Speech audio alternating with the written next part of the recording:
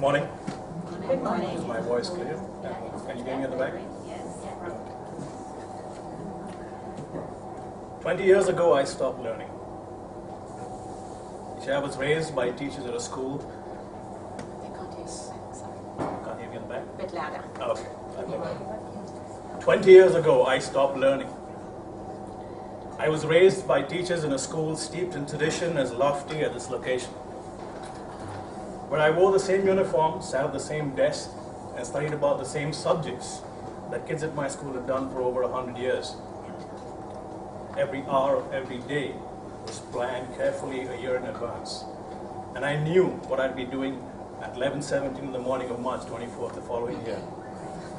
Even our free time was carefully planned in advance. I studied hard and played hard. I broke a lot of rules. Stepped out of bounds after dark, got caught, and caned a lot. But I was okay because my teachers knew what they were doing. They knew what was best for me. They knew what I needed to learn. They were doing what teachers at my school had done for over 100 years. I was inspired by these teachers, by the way they filled this bucket of a student with knowledge they knew I needed. And I wanted to be part of that tradition. So when I graduated high school as an old boy, I decided I wanted to be a teacher. That was my big dream. 5 long years later, I had a piece of paper that informed the world that I could teach. I'd made it, and I was done with learning. I look back and wonder what kind of a teacher was unleashed upon the world that day.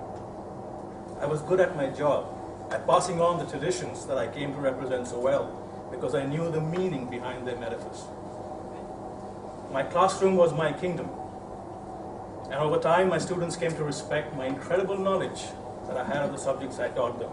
They came to trust the authority with which I dictated what I thought they needed to learn. There was no question that I knew what was right for them. And I was tech savvy too.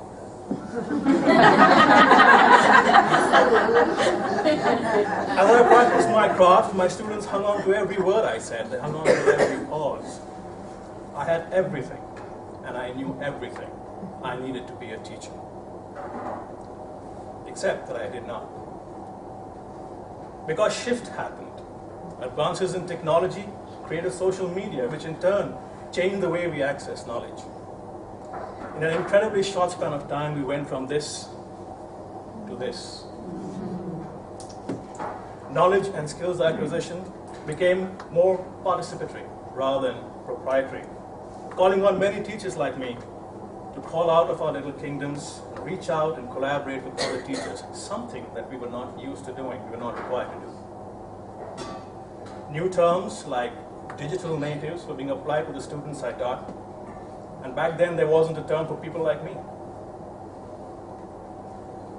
My world was an incredibly small place, and I realized that it was a crushing realization. I was already old before I had the chance to be young.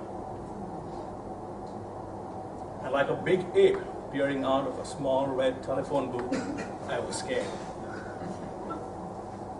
Scared of losing my edge, of being relegated to mediocrity, of not being able to be a productive citizen of this new learning landscape. For a while I lost the spark and went through the motions of being a teacher. I knew I was floundering, and soon I felt the rut I was in. For the first time as a teacher, I lost courage. Till I met this bird.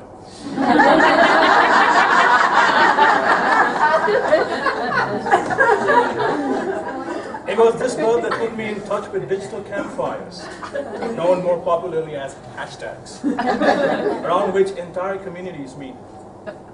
And like an outsider, I lurked for a while, but soon I realized that I wanted to belong to these communities. The spark that I believed I had lost was kindled again, only this time it was more than just a spark. It was a raging fire. Unleashed by the passion I saw in teachers who shared what they knew with other teachers like me for whom there was once no term when shift happened. These warm campfires took me back with my calling, took me back in touch with my calling as a teacher. and I felt empowered in their powerful embrace. For the first time since I stopped learning 20 years ago, I was learning again. I lost the kingdom that was once my classroom, but I gained citizenship that made me an equal member of a global community of classrooms. To the digital natives I teach, I am now a well-settled digital immigrant who believes no longer that he knows everything he needs to know to teach. And that's okay, because I'm happy to be learning from my students what they need to learn as they wonder and wander. And from my peers, my fellow teachers, I'm happy to be learning how best to meet those needs in a world that is changing exponentially. Today, I have the courage to pay forward the embrace of this warm community of teachers around the world that gather around these digital campfires. The little that I have learned from my own journey, I have now the courage to share with the world in the hope that it will give pause to someone for whom shift happened, perhaps even in this gathering. And I thank those who taught me to give selflessly by giving selflessly. Thank you for making me learn again.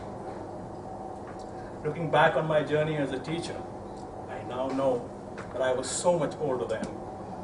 I'm younger than that now.